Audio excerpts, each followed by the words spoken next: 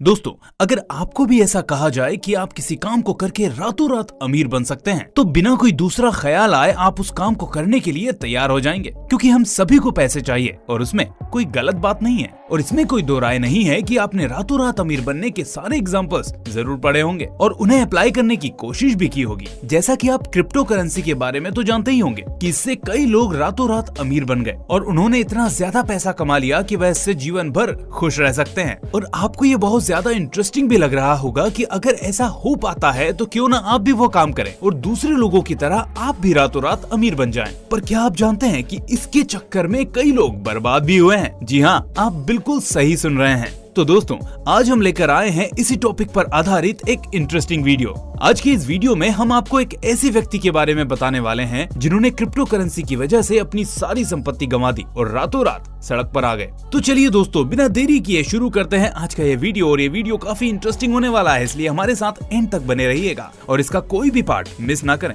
अगर आप इस चैनल पर नए हैं तो वीडियो को सब्सक्राइब करें और वीडियो को लाइक और शेयर जरूर करें। दोस्तों, हाल ही में अमेरिका के सैम बैंकमैन-फ्राइड, जो कि क्रिप्टो एक्सचेंज FTX के CEO भी थे और उनके पास असीम संपत्ति थी, लेकिन रातों रात उनकी नेटवर्थ 16 अरब डॉलर से घटकर 1 अरब डॉलर रह गई। उनके नेटवर्थ में 94% गिरावट आई और आप ये जानकर आश्चर्यचकित रह जाएंगे कि ये एक रिकॉर्ड बन गया है। ब्लूमबर्ग के मुताबिक किसी भी अरबपति की टोटल नेटवर्थ के हिसाब से यह एक दिन में आई सबसे बड़ी गिरावट है। जब 30 साल के बैंकमैन-फ्राइड ने यह घोषणा की कि FTX नकदी संकट से जूझ रही है और फिर उसके बाद उन्होंने यह भी कहा कि वह इसे बाइनेंस को बेचने वाले हैं। और यह न्यूज जैसे ही ट्विटर पर आई, उसके बाद तो मानो एक भारी जनसैलाब ने FTX से अपना हाथ पीछे खींच लिया और इससे FTX की वैल्यू में भी भारी गिरावट आई। ताज्जुब तो तब हो गया जब बाइनेंस ने इस डील से किनारा कर लिया और यह करके सबको बीच में फंसाकर छोड़ दिया।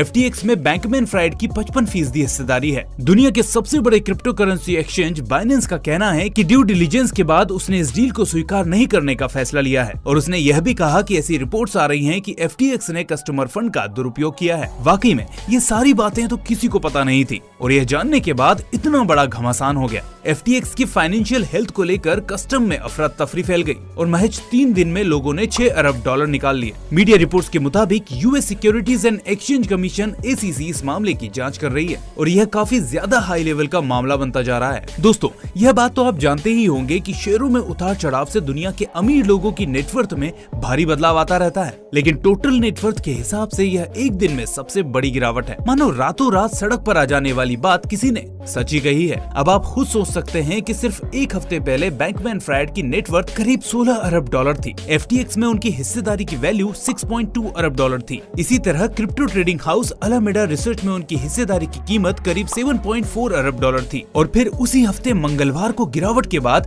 FTX और अलामेडा की कीमत 1-1 डॉलर रह गई। भाई, ये तो सोचकर ही दिमाग चकराने लगता है। यहाँ पर अगर हमारा 100 रुपए का नोट भी गुम हो जाए तो हम पूरा दिन इसके लिए परेशान रहते हैं। वहाँ तो एक दिन में बैंकमैन-फ्राइड ने अपनी पूरी की पूरी संपत्ति गंवा दी। पता नहीं बैंकमैन-फ्राइड ने अपने आप को कैसे संभाला होगा। दोस्तों, ऐसा नहीं है कि शेयर में ऐसी गिरावट पहली बार आई हो। ऐसे बहुत से बिजनेसमैन हैं और वर्ल्ड के करीब करीब सारे अमीर आदमियों ने यह प्रॉब्लम जरूर देखी होगी। जैसा कि आप सभी जानते हैं, मेटा, जो कि फेसबुक की पेरेंट कंपनी है, इसके फाउंडर मार्क जुकरबर्ग की नेटवर्थ में भी भारी गिरावट आई थी। उन्होंने एक दिन में 29 अरब डॉलर खो दिए थे, लेकिन इसके बावजूद उनकी नेटवर्थ उस दिन 84.3 अरब डॉलर थी। ठीक इसी तरह नवंबर 2021 में एलन मस्क ने 2 दिन में 50 अरब डॉलर खो दिए थे, लेकिन इसके बावजूद वो दुनिया के सबसे रईस इंसान बने रहे। इतना ही नहीं, 2019 में अमेज़न के फाउंडर जेफ बेजोस की नेटवर्थ में रातों रात 36 अरब डॉलर की गिरावट आई थी, लेकिन इसके बावजूद वह दुनिया के दूसरे सबसे बड़े रईस इंसान बने रहे। इससे ये बात तो साफ जाहिर हो जाती है कि ये खेल रिस्क का है और इसमें आप जितनी जल्दी ऊंचाई पर जा सकते हैं उतनी ही जल्दी